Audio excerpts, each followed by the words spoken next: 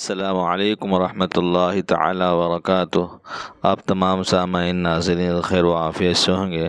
اللہ تعالیٰ آپ سب کو اپنے حفظ و امان میں رکھے، اور جو بھائی نئے ہیں ان سے درخواست ہے کہ ہمارے چینل کو سبسکرائب ضرور فرمائیں تاکہ آپ کو ہر آنے والی ویڈیو آپ تک پہلے پہنچ سکے۔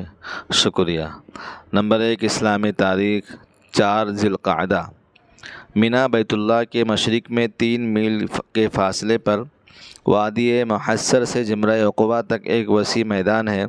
یہیں پر جب شیطان نے 3 مرتبہ حضرت ابراہیم و اسماعیل علیہ السلام کو بہکانے کی کوشش کی تو حضرت ابراہیم علیہ السلام نے بسم اللہ پڑھ کر اس کو کنکری ماری تو وہ راستے سے ہٹ گیا۔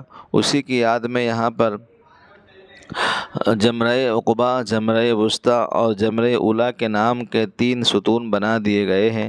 انہیں جمرات پر حاجی لوگ 10 سے 12 ذی الحجہ تک کنکریاں مار کر سنت ابراہیم کی یاد تازہ کرتے ہیں۔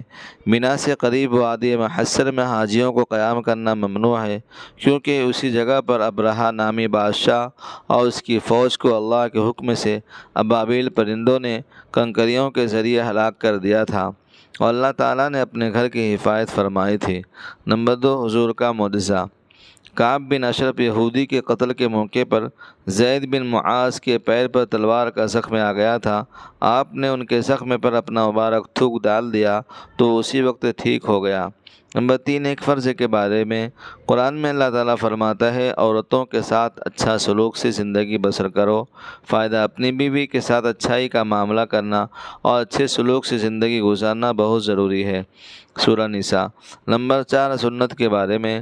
حضرت عبداللہ بن عمر رضی اللہ عنہما بیان فرماتے ہیں کہ رسول اللہ صلی اللہ علیہ وسلم کا تلبیہ اس طرح تھا: لبیک اللہم لبیک، لبیک لا شریک لک لبیک، ان الحمد والنعمت لک والملک لا شریک لک۔ ترجمہ: حاضر ہوں اے اللہ، حاضر ہوں، میں حاضر ہوں، تیرا کوئی شریک نہیں، میں حاضر ہوں، ہر قسم کی تعریفیں، نعمتیں اور ملک و حکومت کا مالک تو ہی ہے، تیرا کوئی شریک نہیں۔ نمبر 5، ایک اہم عمل کی فضیلت۔ رسول اللہ نے فرمایا، حج و عمرہ کرنے والے لوگ اللہ کی جماعت ہیں۔ جب وہ لوگ دعا کرتے ہیں تو اللہ تعالیٰ ان کی دعا قبول فرماتے ہیں، اور جب مغفرت طلب کرتے ہیں تو اللہ تعالیٰ ان کی مغفرت فرما دیتے ہیں۔ نمبر 6، گناہ کے بارے میں۔ قرآن میں اللہ تعالیٰ فرماتا ہے، جو لوگ اللہ اس کے رسول کے حکم کی خلاف ورزی کرتے ہیں ان کو اس سے ڈرنا چاہیے کہ کوئی آفت ان پر آ پڑے یا کوئی دردناک عذاب ان پر آ جائے۔ سورہ نور۔ نمبر 7، دنیا کے بارے میں۔ قرآن میں اللہ تعالیٰ فرماتا ہے، دنیا کا سامان کچھ ہی دن رہنے والا ہے، اور جو شخص اس کے لیے آخرت ہی کی طرح سے بہتر ہے، جو اللہ تعالیٰ سے ڈرتا ہو، اور قیامت میں تم پر ذرہ برابر بھی ظلم نہ کیا جائے گا۔ نمبر 8، آخرت کے بارے میں۔